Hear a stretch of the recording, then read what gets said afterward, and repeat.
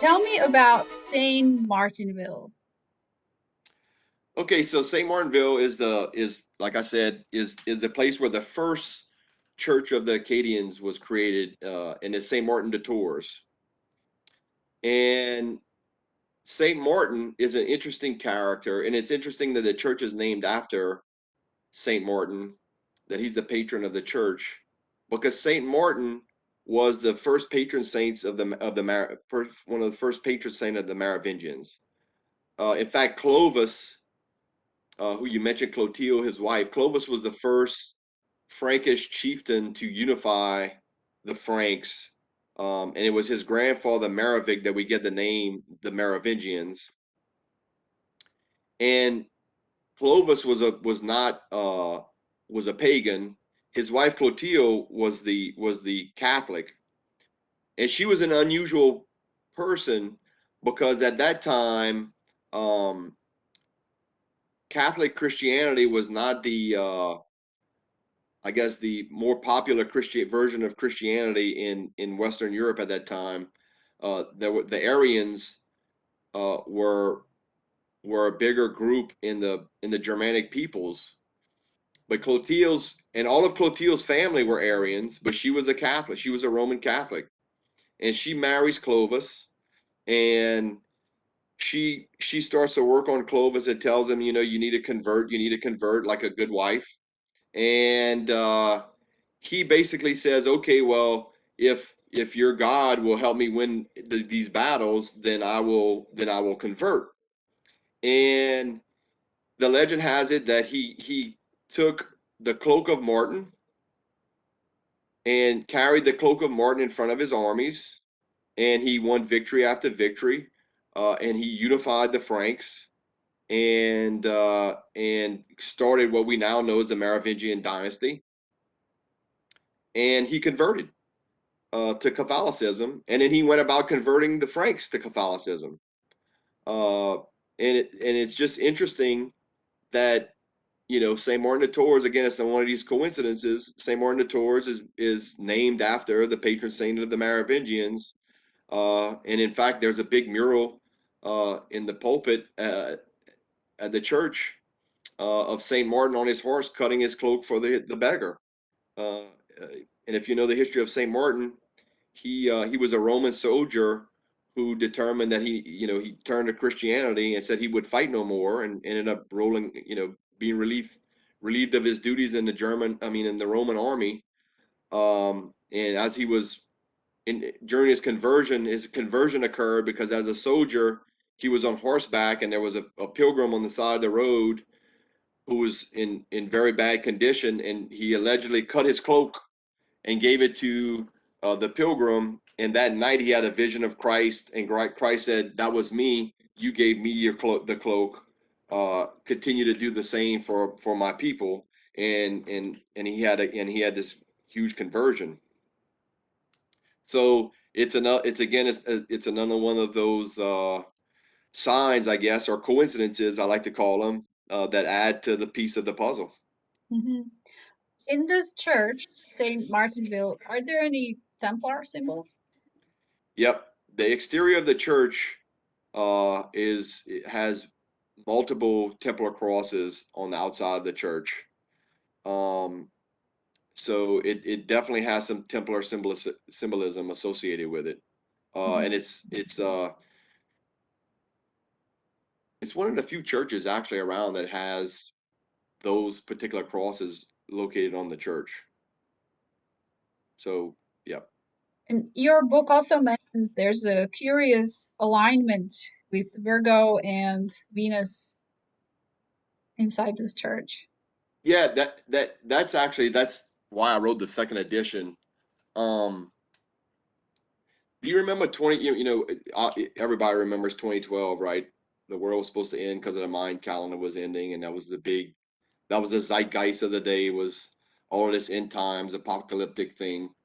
And I guess somewhere around that time frame, I was, I think everybody was kind of halfway interested in that, doing some research on this and all that kind of thing. And in that research, I realized that, or came across that there was a lot of evangelical Christians who were of the belief that there was an alignment that was going to occur in 2017, and that was going to be, that was an alignment that was associated with the book of Revelations, and it meant something, the second coming of Christ, or some end times type cataclysm. And so I kind of had looked into that, just read about it, and had a program called Stellarium. And so Stellarium allows you to look at any period in time and see the celestial alignment of that time period. I mean, you could go back 1,000 years, you could go forward 1,000 years, and so I was familiar with this evangelical concept of the Revelation 12 great sign in the heavens. So I went into the church wanting to know what its alignment was, not to have it associated with this evangelical end times revelation sign, but I had also read, after I started doing this research, that many of the churches in Europe are aligned with Virgo, and that the Church of Mary Magdalene in Vézelay is aligned, that on John the feast day of Saint John the Baptist, there's a ray of sunlight that shines into the crypt of where Mary Magdalene is supposedly her reliquary. So I just thought, well, I wonder if St. Martin de Tours has some kind of alignment. So I went into church with my compass and set it out and recorded what the alignments were of the church, and not really noting anything significant, other than the orientation, and couldn't really, looked at St. John the Baptist Day and some other dates, went on Stellarium and looked, and really didn't see any association. Um, and then I don't know, just because I had looked at this stuff a few years before about September 23rd, 2017, I knew that had to do with Virgo and Venus.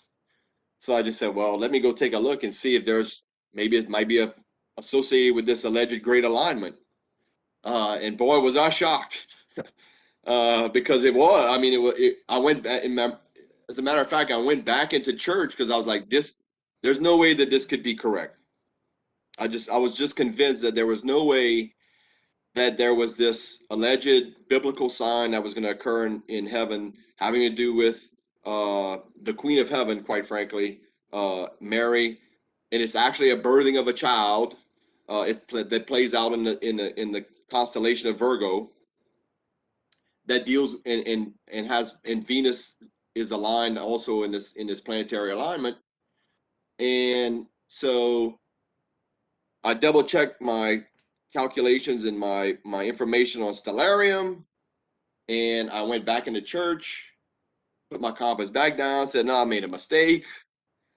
Took pictures of it, went back again, like 2 or 3 more times, went in different places, and I was like, I was just blown away by the fact that, again, coincidentally or not, this church is aligned with what some Christians believe to be a symbol associated with the book of Revelations and the birthing of a child, uh, and the sacred feminine.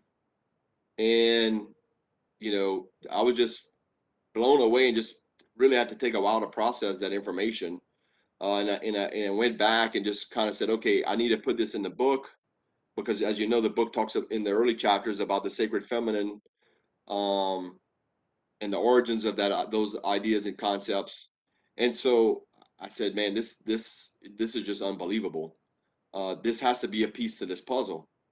So I went back and edited the book and expanded the book, and added that information into it. And really, in the book, I take the screenshot from Stellarium. I show you my compass in the church, and I kind of created a graphic what you would see what would happen. And it's just I really don't know what to say about it, other than it is what it is. And you could look at it and believe, you could look at it and not believe, you could look at it and say, well, this is just another coincidence. Um, I just kind of leave it to the reader to figure it out. But it certainly is something that's Well, there. when it comes to alignments with stars and planets and a procession of them in the sky at a certain time of year, I don't think it's coincidental. And we know that churches were oriented in a certain way to maximize what was going on inside of the church. And can you imagine, Bill, that there was somebody among the Cajuns who knew about this, about Virgo giving birth to a Well, child that in was the sky? right. I mean, that's the thing that really was mind blowing is that, okay, if this is not coincidence, and again, I'm sure somebody could, give me all the reasons why it is a coincidence. But if it's not a coincidence, how did someone? Because the original church that was built by the Cajuns in the 1765 is not this church. The church was reconstructed in 1840, 1830s or 1840s. And that's interesting as well because uh, a very strange thing occurred when the foundations of the church were laid. The bishop from Orleans came to St. Martinville and actually laid the cornerstone and had a ceremony of the laying of the cornerstone, which is not a Catholic thing at all. That's a Masonic thing. Um, and so that that was when I learned that information. I thought that kind of added something to it. And of course, the laying of the cornerstone is the laying of the orientation of the entire building. Um, and I just thought it kind of fantastical that the bishop would come here and lay the cornerstone. Again, the laying of the cornerstone is a very, very Masonic uh, tradition and a very Masonic thing. We have pictures of George Washington laying the cornerstone, right? I mean, in his Masonic uh, regalia. That's a. I just think that that's a very interesting element to all of this. It sure is. Do you think that that tradition maybe started when Solomon's temple was built thousands of years ago? Well, I mean, there are that's the Masonic tradition, as I appreciate it. I'm not a Mason, um, but I've read some things about it after kind of getting involved in all these conspiracy theories, I guess. Um, it certainly feeds into the idea because there's all this speculation that the Templars became the Masons or that the Masonic order was started by the Templars in Nova Scotia. I mean, not Nova Scotia, in Scotland. Um, I don't know what to make of that. Other than it certainly is a component of a conspiracy theory that circulates widely in pop culture. Hmm. Well, the Knights Templar are said to have been the builders, or at least financiers, of some of the early Gothic cathedrals in France, Yeah, and they employed um, master masons, stone masons, who built and designed these cathedrals. And we know that there's sacred geometry as part of the architecture, and certainly the Gothic cathedrals were churches at a level never seen before. right. So It's hard for us to repeat them today. It'd be that's true. difficult for us to repeat that and build that today. Yes, and I read somewhere that these stonemasons who worked for the Templars were called Sons of Solomon, that they refer to themselves as Sons of Solomon. And so it was a guild. And after the Templars got disbanded, they had to find new employment. But perhaps they, kept that association intact. There's something else about Gothic cathedrals, Templars, and Virgo, if I may. I read that the Gothic cathedrals in France are laid out over land to form the constellation Virgo, when you Yep. connect them. So that's one half. And then the other half of the Gothic cathedrals form Draco, the constellation Draco, dragon. So it's a The dragon. virgin and a dragon. So there's great symbolism. Well, As above, the as book. above, so below. I hadn't read the dragon part. I was aware of the constellation Virgo theory, but that's interesting if they're also laid out in the pattern of the constellation Drago, because the book of Revelation chapter 12 that we discussed earlier, the after the child is born, the dragon tries to take the child. Whereas there's an association that in that chapter 12 is basically the Queen of Heaven versus the dragon, uh, storyline. So that would be interesting to note, if that is correct. Yes, I can send you the title of the book by email after the interview. But it's there. It's not perfect. The shape of Virgo and dragon, it's not perfect. But then it would have been really hard to lay that out in the country. Let's say in the 1200s or 1100s when these cathedrals were being built. How were you supposed to do that without drones and aerial imagery? How do you Right. position Gothic cathedrals in France so that when you look at them from above, as God would be looking down on Right. earth, that you see these cathedrals forming Virgo and Draco? That's amazing. Even if there's slight discrepancy, it's still fantastic.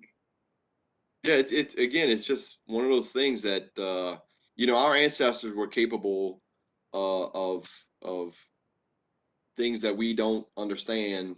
Uh, many of the I know most of the cathedrals are also have a keyhole or a window that is used to actually set the date of Easter in the church calendar. Um, Wow, I didn't know that. yeah, most of the cathedrals have some solar alignment that which goes back to their alignments that was created that the priest could know what day of the precise date of the spring solstice, so that they could precisely calculate the date of Easter for the Easter celebration. Um, because every year Easter celebrated on a different day. Easter celebrated on the first Sunday after the first full moon after the vernal equinox. So someone had to have the knowledge to calculate these things to know, hey, what day is going to be Easter services next year, right? Things that we take for granted now. We just pull our calendar out. They didn't have that luxury. They actually had to understand, what the calendar represents, which is the movement of the stars and the sun and the moon and the rest. Absolutely. And that by itself is this ancient sacred knowledge that when incorporated into religion, it does get passed on from century to century. And today I would know how to calculate that. I would probably need stellarium and Right. Yeah. probably an Most people would not. astronomer. I mean, most people wouldn't. Right, right. But it's there. And also in this Uh, church in St. Martinville, can you imagine that alignment is there every single day, right? The church is aligned in that way. Every 12 years, you can observe this procession of Virgo crossing the sky during autumnal equinox and giving birth to the sun as the child, right? right. And so generations of Cajuns attended mass in their church, and it was happening above their heads, and they might not have been aware of it. Maybe just the priest was aware of it, but it was happening, Right. right? Yeah, So it sure did. beautiful. And on that date in 2017, I went to the church just to be there when it happened. And there were a few people that had read my book that were also in church, Really? because they were there just thinking, okay, I'm going to see what's going on here. And people were expecting, I don't know what people were. I was not expecting to see, the sky rip open or anything to occur. I just wanted to be there because I was, just fascinated with the whole idea. Well, the way I see it, you were able to bring into consciousness or people's awareness that there's this amazing thing or feature associated with your church that Yeah. is happening there that they were not aware of. They might have forgotten, but it's there. So It's like you discovered this secret chapter in the Cajun history Yeah. in St. Yeah. Martinville. I hope Yeah. that they appreciate your contribution to the Cajun culture and history. So, Bill, what happens to Cajuns during the American Revolution, the War of Independence? How did they act? Did they get involved? Did they Yeah. contribute? Yes, they did. So, as a matter of fact, at the same church in St. Martinville, there's a tombstone a marker. It's not a tombstone. There's a marker in the little cemetery outside the church that commemorates the Cajuns who fought in the American Revolution. It's a stone that was paid for by the Daughters of American Revolution, and it has all of their names of the Cajuns that came from this particular area, this particular probably area or church, because this church parish, and I have some ancestors on that stone, and so it's a direct correlation to 1775. And if you again, if you believe the whole New Jerusalem, Templars, Freemasons created the United States of America kind of thing, there it is. And what's interesting is that at in Paris at the Templar Church, uh, uh, which is Saint Martin the Champs outside of Paris, which is built on top of a Merovingian necropolis. Okay, outside the church is a Statue of Liberty with holding the tablet with 1776, and and I think Scott Walters went to a commandery in I think it was in the Burgundy region of France, if I recall correctly. One of the few commanderies that's still up in the chapel, and guess what's in there? There's an eagle on top of a globe with 1776 within the the pulpit. And so you just ask yourself, what in the world is the Statue of Liberty doing outside of a Merovingian necropolis that has a Knights Templar church built on top of it? Named Um, after Saint Martin. It's that's also named named after after Saint Saint Martin, Martin. right? Some of these things are they're just hard to explain away. And not it. So it just it's one of those things. It's there. It's Is it a coincidence? And then we come to St. Martinville, Louisiana, and we have St. Martin de Tours. And right outside the church of St. Martin de Tours, there's a marker, 1776, commemorating the American Revolution. Uh, are there markers outside of churches all over the United States commemorating the American Revolution? I don't know. I'm sure maybe there's a few. Um, but there's there it is. Again, one of these things that you could discount as coincidence, or if you want to believe these theories, you could say, well, there it is. That's a sign. Mm. If nothing else, I would say that what you found about St. Martinville, Louisiana, and then that other Church of St. Martin outside of or the Templar Church of St. Martin in France, which has the tiny Statue of Liberty outside of it. I think that if nothing else, it's a tribute to who came before or what happened before that had to happen and then lead up to the American Revolution and independence. And yes, I think there was Templar tradition in the Freemasonic circles.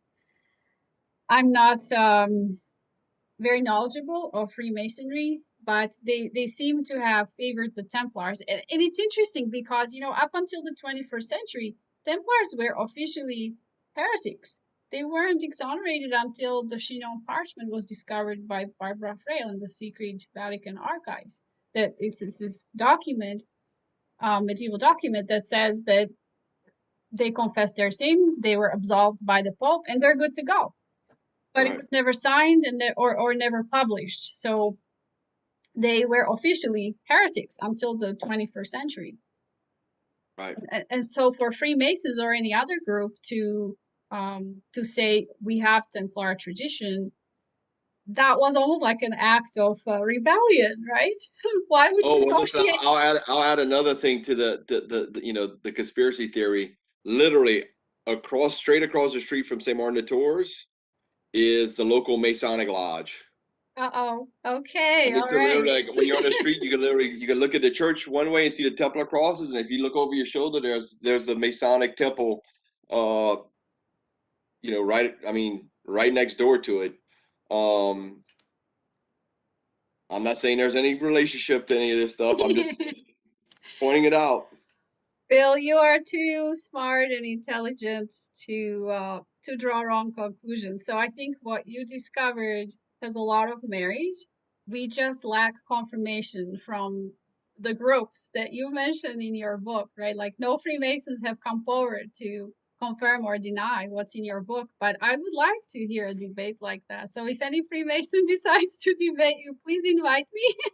I'd Yeah. like to be the fly on the No, wall there. I tell people all the time, I said, they said, man, you wrote this book. Like, did somebody call you and tell you that you're giving up some kind of secret? Or I'm like, no, I mean, I've had nothing but positive feedback from people who've read the book. And I think people are just interested in this alternative history, these alternative history ideas, because I think deep down inside, we all know that it maybe not this story, but that there's things that have occurred in history that we're not told about or that we don't know about that occurred.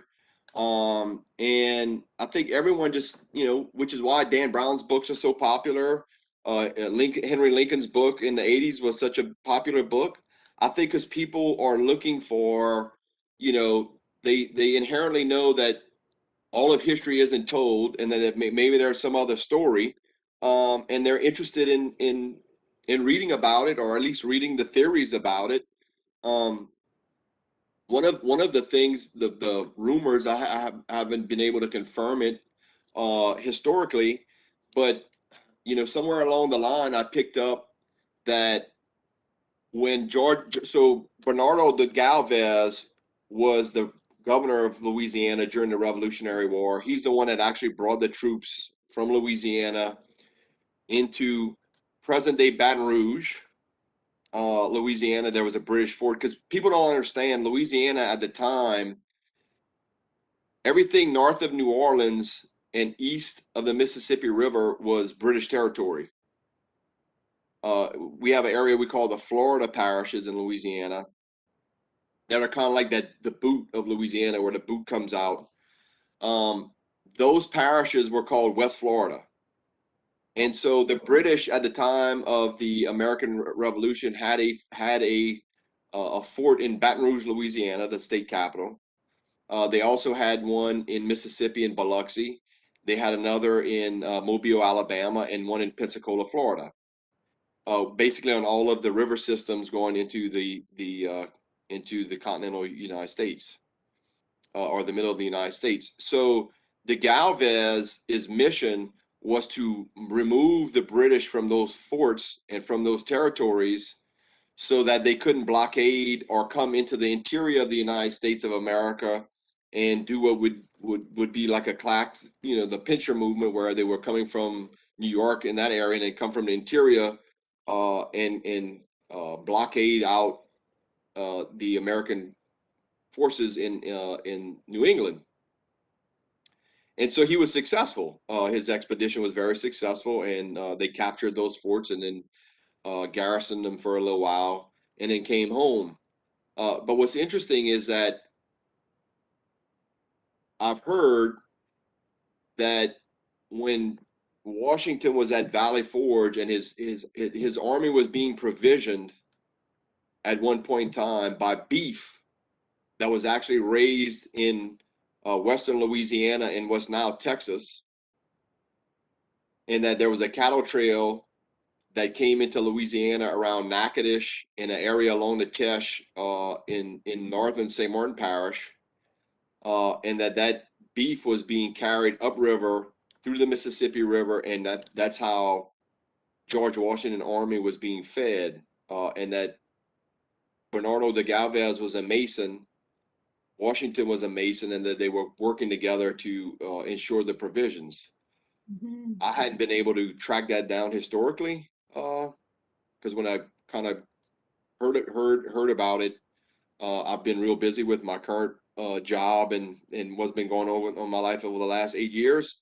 So I hadn't been able to do a whole bunch of research and tracking that down. But I think it's very interesting because that was a critical role in the American Revolution. And it's always interesting if you think about it strategically. I mean, the British owned the sea lanes. They had blockaded effectively the American ports along the Atlantic seaboard. So how are they getting provision? Where was the food coming from? So it's an interesting theory. I hope to one day explore. I hope that you. I have a question for you about certain dates. In your book, you mentioned the significance of 4th of July, and you mentioned three different occasions when something important happened on 4th of July. So I actually wrote it down. July 4th, 1187, July 4th, 1632, and July 4th, 1776. Yeah, so everybody's familiar with July 4th, 1776, right? Yeah, The Declaration of Independence. And certainly there were a lot of Masons involved in that uh, document and maybe even the choice of that date. Um, July 4th, 1187 is the date of, I think, the Battle of Hattin yes, Horn. And that was the date that, in essence, the Templars lost Jerusalem. they did. Yes, And so I apocalyptic hypothesize, day. yeah, so I hypothesize in my book that if these Templars, if these people that had this belief system that carried on through these people and ultimately into leaving to go to the New World to create the New Jerusalem, that if that was if it were the same people, you maybe want to create the date of your departure to the New World as the same date that you lost the old Jerusalem, because you would want historically to cover up or to have that date be celebrated instead of mourned. And the Cajun people that left with Risley, Isaac de Risley, and D'Aulnay, they left uh, the Port of Rochelle on July 4th, 1632. And you know that La Rochelle was Templar port, yes? Right. And so, again, you know, everybody's free to draw their conclusions, but that's just another little note that I found very interesting that I thought I should put in a book. Great. All right. Bill, your book is wonderful. I like how it's seemingly short, but it's very deep, and you touch upon a lot of important, extensive topics, and you leave enough space for the reader to fill in the blanks and to do their own research, be it on Templars, Freemasons, the Sacred Feminine, Holy Bloodline, various alignments, the Cajun history. It's really well written, and I just wanted to Well, let you know that. it's yeah. Well, thank you very much. It's a collision, right? There's a lot going on here, and eh, like I told my wife, I said, "Honey, there's a lot of conspiracies that they gotta come together on this thing, right?" Um, and so that's what I think is so fascinating about it. How all of these theories kind of all intertwine with the migration of a people, um, and all along the migration path, they leave signs of of the symbols of this conspiracy, whether they did it intentionally, whether or not it's a cultural phenomenon, uh, which quite myself, I think that's highly probable because, again, we do things all the time reflexively in our culture that we don't even question why we're doing it, what it's about, like, so for example, we celebrated the first day of spring, a few weeks ago. I'm not sure how many people understand what the vernal equinox really is. If you got a microphone and went on the street corner and said, okay, what does spring mean? What is the vernal equinox? I'm not sure there's a whole bunch of folks that would get you the right answer. And so, but guess what? We celebrate every year, spring sales, spring this, we spring forward with our time and, the rest. And so so we have a large group of people that are participating in a celebration of a celestial event that, quite frankly, may not even understand, don't even understand what they're a part of, what celebration they're a part of. But it's happening over their heads. It happens right. It's happening in front of everybody. And so, you know, I, I'm not convinced. First off, I'm not a conspiracy theorist. I don't necessarily believe these conspiracy theories. But when I look at them from the perspective of they're a conspiracy theory, that there's some historical context to these conspiracy theories, um, and that they're all kind of meld into, or all in this road that is the Cajun people. I shouldn't say in the road, but it certainly points to them as being somehow involved in this. If you believe in these theories, and then you ask yourself, well, man, how would it be possible that I wouldn't know about it, or my grandfather or somebody wouldn't have told me about, hey, you're a Knight Templar, and there's a treasure, and the rest of it. And part of it is that I think the culture is just so deep, for so long, even like we've mentioned earlier, going back to Saint Medard, and very early Merovingian times, that is it possible that people reflectively just gravitate towards these symbols, and symbology, without even knowing that they're associated with anything other than what they believe they're associated with? I think the Right. answer to that question is absolutely possible, Mhm. probable, more likely than not. So, it. But again, that doesn't change the fact that these symbols also belong to these conspiracies about this alternative belief system. And so, though, I don't think it'd be right for just to say, well, we're going to just dispel uh, these theories, or say that they're not associated with each other. When I think in my book I make some pretty good associations. Mhm. Since you have studied Nova Scotia, I'm sure you've come across the legend of Oak Island and the treasure that's in there. Do you have any ideas, any theories in regards to Oak Island? Would you look at it through the perspective of Acadians, that they might have done something there in the 1600s? Well, we certainly know that they were there, in Nova Scotia. I can't say for sure they were on Oak Island, but they were all over Nova Scotia. They would have explored Nova Scotia, certainly.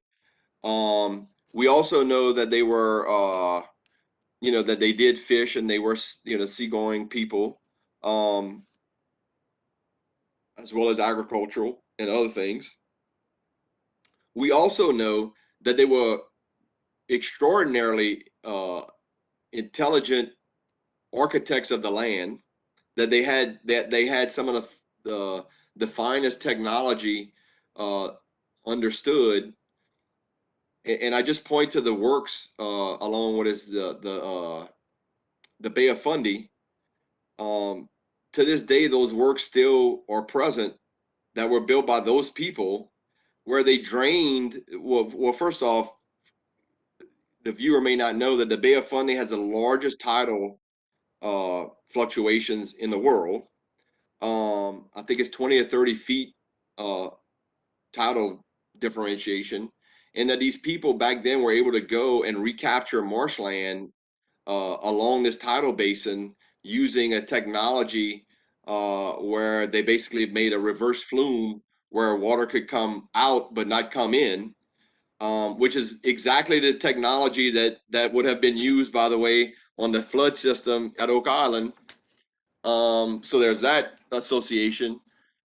Yeah, I mean, it's possible they had something to do with it. My theory, I think there have been a lot of people on Oak Island over the years. I think there have been multiple parties that have had, control of the island, or at least use of the island for different things. I wouldn't be surprised to know that some the English pirates that were raiding the Spanish, the Spanish Main wouldn't have gone to Nova Scotia maybe and been associated with that island. That wouldn't shock me to if that was discovered. Um, I think there's a strong argument to be made because we have actual records from the ship's log that the failed relief of the French garrison by I think Rochefoucauld. That one the treasure ship we know landed on an island that had oaks on it, and they buried the ship. We don't know if they burned the ship, but we know that they unloaded the treasure because they didn't want the British to capture it, and that they buried it. Um, I mean, that to me is that makes the most sense to me because it's historically we've documented, so we know that somebody built an earthworks and buried some treasure, and that group would have probably had the same technology. I've known of the same technology that the Cajuns already were using on the island. So, that's a possibility. And then, of course, there's all of the theories associated with the Knights Templar and and uh, and Henry St. Clair. I think there's a lot of evidence that you could say points to Henry St. Clair actually coming into the New World. Whether he brought a Templar treasure with him or not, I can't really speak to. There's not a lot of evidence of that. Uh, we know that during the French Revolution, um, the aristocracy was fleeing France at an extraordinary rate, fleeing the guillotine. uh, there's the whole theory of the Marie Antoinette's uh, royal jewelry. You know, those people would have gone. They came to Louisiana. I mean, there was a lot of them that ended up in St. Martinville, as a matter of fact, in New Orleans, and all along Louisiana cities and towns, um, as they left France and came to the New World to flee the guillotine. Um, is it possible that somebody went over there with Antoinette's jewelry and buried him on Oak Island? I guess I mean, there's a lot of theories and a lot of possibilities. Um, I just try to, you know, look at the one that I don't have to make a whole bunch of leaps because there's, some documented evidence of some activity. And so I think it's highly probable that it was Rochefoucauld's fleet and that the boat that they're finding, maybe it was two islands and they buried the boat between the two islands, and maybe uh, what they're finding is we know that they haven't found treasure. They've located the vault. They've located all this information. All of these tunnels, the flood tunnels. We know all existed. There's a lot we know now, but there's no treasure, and I think that kind of supports my theory because certainly they wouldn't have just left it there, right? Uh, the French fleet or whoever was responsible for burying it would have been responsible for recovering it. And did someone come back clandestinely and remove it?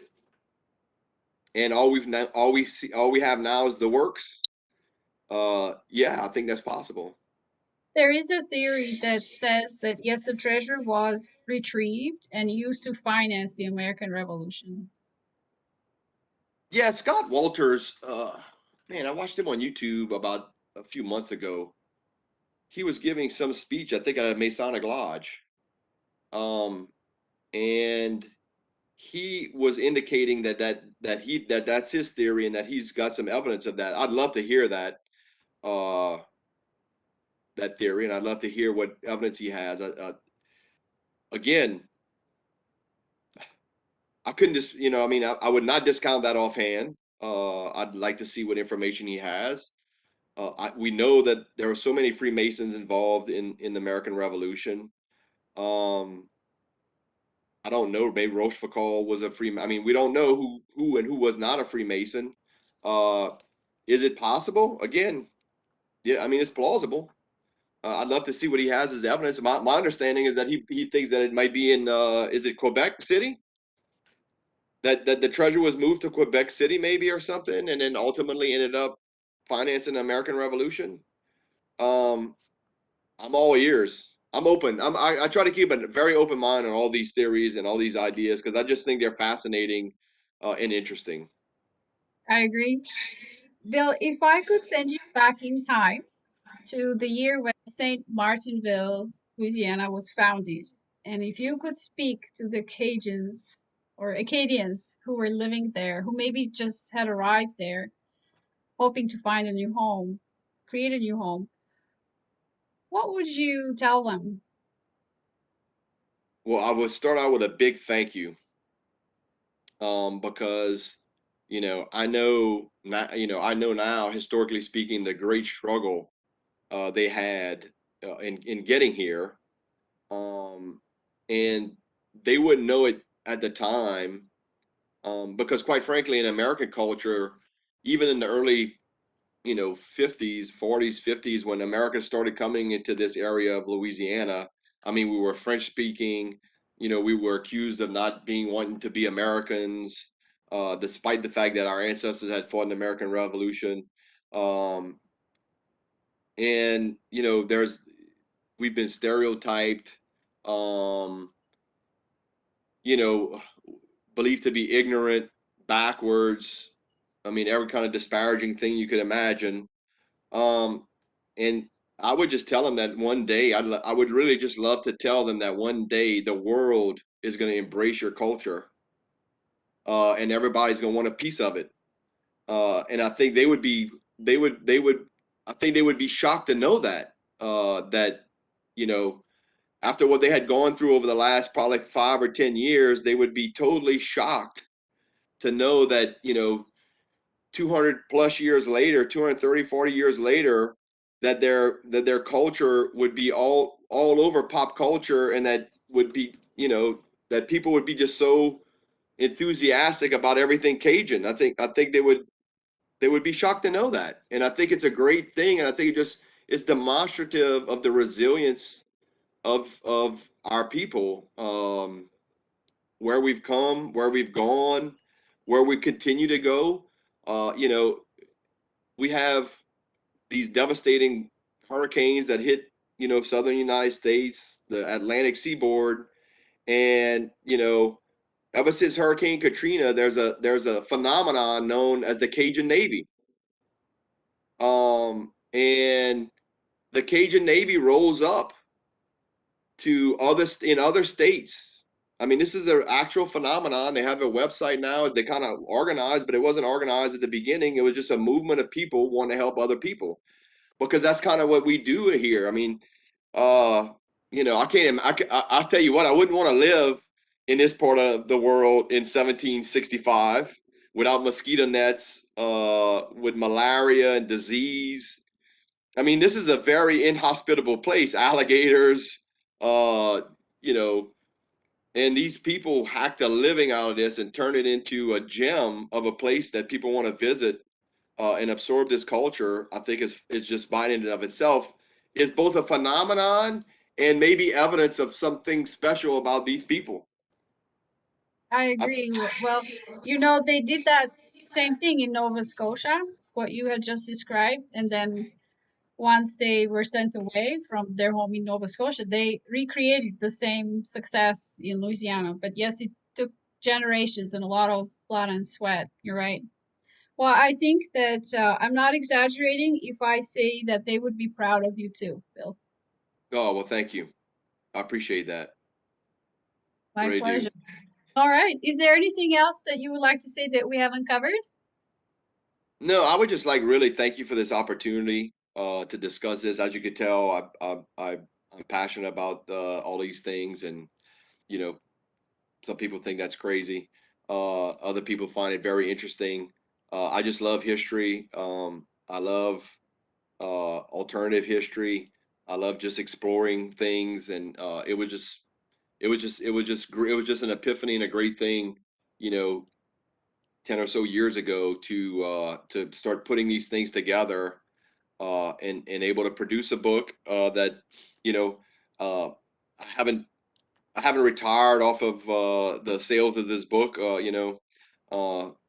but yeah, that's not why I wrote the book. My intention was just to get this information to people like you, that I know, fellow folks that have uh, this passion for these topics and this interest in these topics.